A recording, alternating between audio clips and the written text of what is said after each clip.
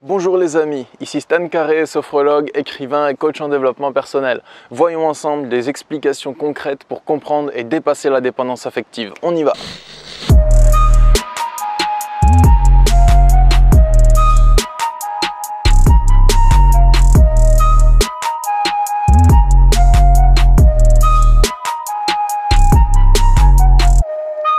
Alors la dépendance affective, selon moi, c'est une souffrance émotionnelle qui est liée principalement à l'angoisse et à la tristesse. Elle nous amène parfois à être tellement attachés à une personne qu'on peut accepter l'inacceptable, des mauvais comportements, des comportements violents, dévalorisants, dégradants de sa part. Et on peut aussi avoir l'impression qu'on a besoin de l'autre pour être heureux, comme si l'autre nous quitte, notre vie s'arrête. Et de ce que j'ai pu observer, la dépendance affective, ce comportement donc, émotionnel et extérieur, donc ce qui se passe à l'intérieur de vous quand vous souffrez de la dépendance affective et toutes les actions que ça vous pousse à faire pour apaiser votre souffrance, de ce que j'ai pu observer, c'est lié à 3 croyances limitantes. Donc 3 trucs que vous croyez qui sont vrais et qui ne sont pas forcément vrais.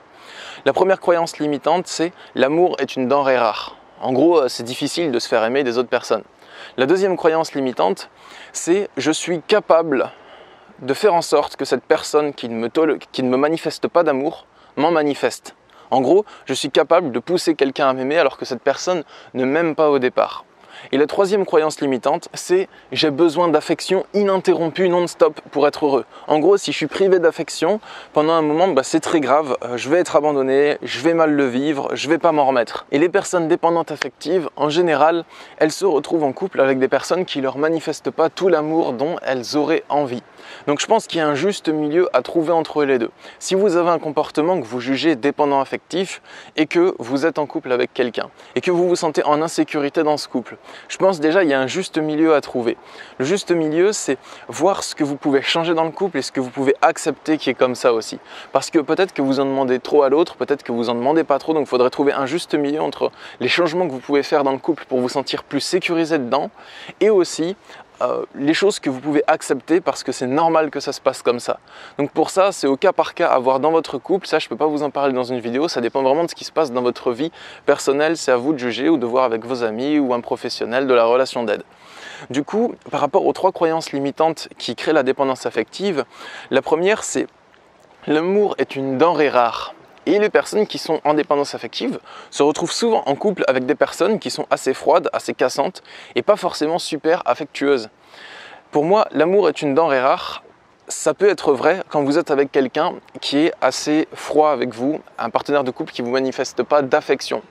Du coup, l'amour est une denrée rare tant que vous êtes en couple avec cette personne. Ça oui, l'amour va être une denrée rare parce que si vous attendez d'avoir des manifestations d'amour d'une personne qui n'est genre pas capable de vous en donner, l'amour, ça va être une denrée rare. Chaque petite parcelle de manifestation d'amour que vous allez avoir, ça va être comme un événement super rare qui va se produire dans votre vie. Et des fois, même lorsque vous êtes en couple avec une personne qui ne vous manifeste pas la forme d'amour à laquelle vous accordez le plus de valeur et d'importance, même peut-être que tant que vous restez avec cette personne-là, l'amour est une denrée rare en effet, parce que ça vous bloque la place couple dans votre vie, mais que la personne en question ne remplit pas ce que vous attendez qu'un partenaire de couple vous donne. Et concernant la croyance de l'amour est une denrée rare, est-ce que vous vous traitez avec amour vous-même ? Est-ce que quand ça va pas, est-ce que quand vous avez des coups durs, des difficultés, vous essayez de vous traiter le plus gentiment possible comme un meilleur ami vous aurait traité ? Si vous vous traitez comme ça, il y aura déjà plus d'amour dans votre vie. Si vous êtes gentil avec vous-même, que vous ne vous infligez pas une grosse attaque intérieure lorsque vous êtes sur le point de vous faire abandonner, ou si vous ne vous infligez pas une grosse attaque intérieure dès que les choses ne se passent pas précisément comme vous l'avez prévu, et que vous êtes gentil avec vous-même, que vous vous dites ça va aller, tu vas trouver une solution, comme un meilleur ami le ferait, je pense que déjà vous serez un peu moins dépendant de l'amour des autres personnes. Parce qu'une personne qui est très dure, très méchante avec elle-même, c'est sûr qu'elle va avoir besoin de l'amour de l'extérieur si elle n'est pas capable de se donner de l'amour à l'intérieur. Mais une personne qui arrive à se donner de l'amour à l'intérieur, qui arrive à être le plus sympa possible avec elle-même, elle aura un peu moins besoin que les autres lui donnent l'amour qu'elle ne se donne pas. Ce sera peut-être juste un plus, un très grand plus, l'amour des autres, peut-être même un truc qu'on a envie de côtoyer toute sa vie, mais pas une sorte de besoin à assouvir à tout prix, à tous les moments de la journée. Deuxièmement, la croyance de « j'ai besoin d'affection à tout prix pour être heureux ». D'affection à tout prix, à tout moment. Ok, vous avez peut-être très envie d'avoir de l'affection dans votre vie et vous avez le droit d'avoir de l'affection dans votre vie. Le problème qu'on rencontre souvent dans la dépendance affective, c'est d'aller chercher l'affection là où elle ne se trouve pas. C'est-à-dire chez une personne qui n'est pas capable d'en donner. Et vous croyez que vous êtes persuadé d'en donner. Donc ça, on va y revenir juste après. Mais la croyance qu'on a besoin d'affection tout le temps dans notre vie pour être heureux, et qu'on ne peut pas survivre sans, ben moi j'ai l'impression que c'est quelque chose de faux. J'ai une question pour vous. Est-ce que vous pouvez survivre et trouver un sens à votre vie, même si vous n'avez pas d'affection dans votre vie pendant une période de quelques semaines, voire de quelques mois? Est-ce que vous avez la possibilité de trouver un sens à votre vie lorsque vous n'avez pas d'affection? Ce sens à votre vie, ça peut être chercher de l'affection, ça peut être vous épanouir, aider les autres personnes, monter une entreprise, un truc comme ça.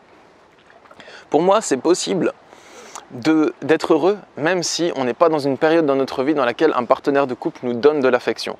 C'est possible, et ça ne veut pas dire qu'on doit renoncer à chercher de l'affection. Si vous avez envie d'avoir un chéri ou une chérie qui vous fait des câlins, ben allez-y.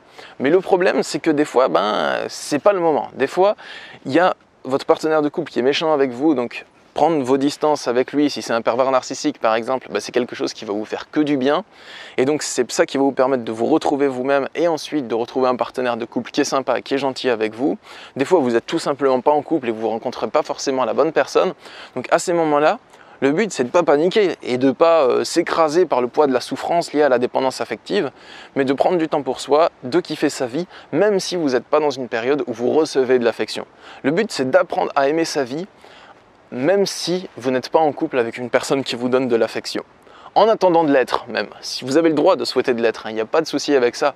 Pour moi, le remède contre la dépendance affective, c'est pas de se forcer à vivre seul tout le temps, c'est d'apprendre à aimer les moments seul lorsque c'est la meilleure solution pour nous ou lorsque c'est obligatoire d'être seul, en attendant d'être en couple, si on a envie d'être en couple. Et ensuite de choisir un partenaire de couple qui nous donne de l'affection.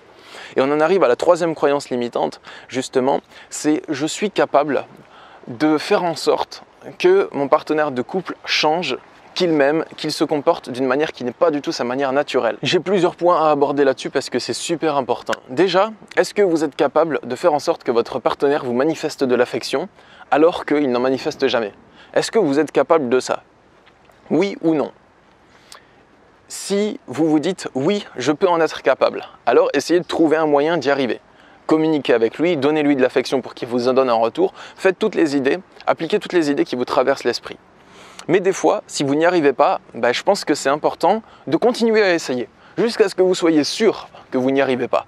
Et si vous n'y arrivez vraiment pas, à faire en sorte que l'autre change ou soit plus gentil envers vous, si ce n'est pas sa nature d'être gentil envers vous, ce que je peux vous conseiller dans ce cas, c'est d'accepter votre impuissance.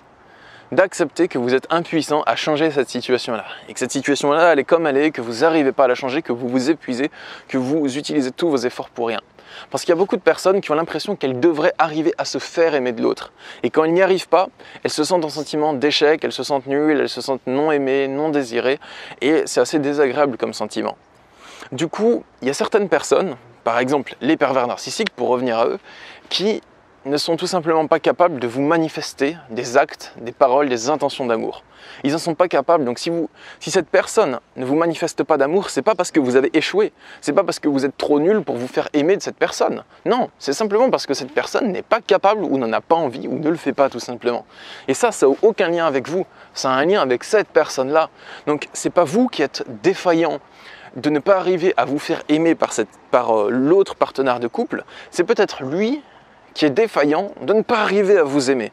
Et ça, c'est important d'oser le reconnaître ou d'oser vous dire que ouais, c'est peut-être ça. Si vous manquez d'affection dans votre couple, à vous de voir si vous pouvez vous en contenter de cette affection que vous recevez, si vous pouvez amorcer un changement par la communication, ou bien si vous pouvez changer de couple. À vous de voir, je sais que c'est pas si facile que ça, hein, ça c'est la théorie.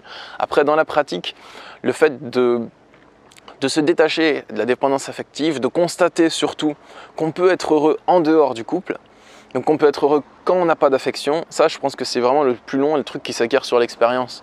Parce que souvent dans la dépendance affective, on a peur de se faire abandonner, on a peur de se faire quitter, et si ça nous arrive, on peut vivre cette situation très désagréable qui est de se faire abandonner, de se faire quitter.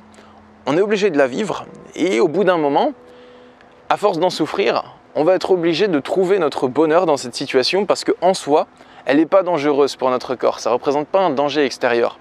Donc à force de la vivre, on va peut-être pouvoir s'habituer à cette situation et y trouver notre bonheur et trouver notre compte. Voilà les amis, j'espère que cette vidéo sur la dépendance affective vous a plu. Ça fait très longtemps que vous me le demandez dans les commentaires de faire une vidéo sur la dépendance affective. Donc j'attendais d'avoir vraiment du contenu costaud à vous balancer dessus et là c'est fait.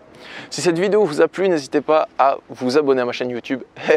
Et sachez que je suis disponible pour des consultations de coaching en développement personnel pour vous aider à dépasser la dépendance affective et à trouver une solution pour être heureux dans votre quotidien, dans votre esprit et dans votre cadre de vie extérieur. Il y a le lien pour me contacter dans la description de cette vidéo. Je consulte par Skype, par téléphone ou sur Messenger. Je vous souhaite une bonne journée, je vous dis à bientôt. Prenez soin de votre petit cœur. Au revoir les amis.